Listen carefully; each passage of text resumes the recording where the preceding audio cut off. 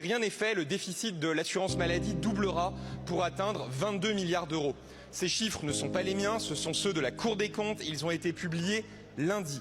Ils appelleront bien sûr une réforme d'urgence, d'ampleur, de modernisation de notre système de santé. Mais ils nous obligent aussi à ne pas détricoter ce qui a été lancé.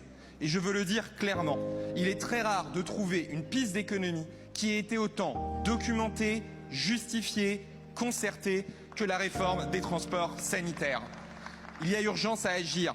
Les dépenses de taxi en matière de transport sanitaire atteignent plus de 3 milliards d'euros et ont augmenté de plus de 7% par rapport à 2023. Cette dérive financière peut être jugulée sans atteindre en rien l'accès aux soins.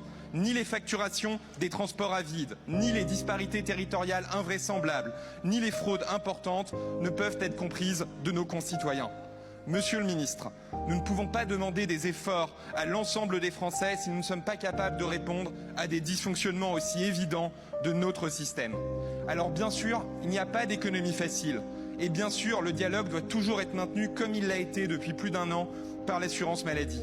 Mais nous ne serons jamais du côté de ceux qui appellent aux économies dans les discours et reculent devant les actes.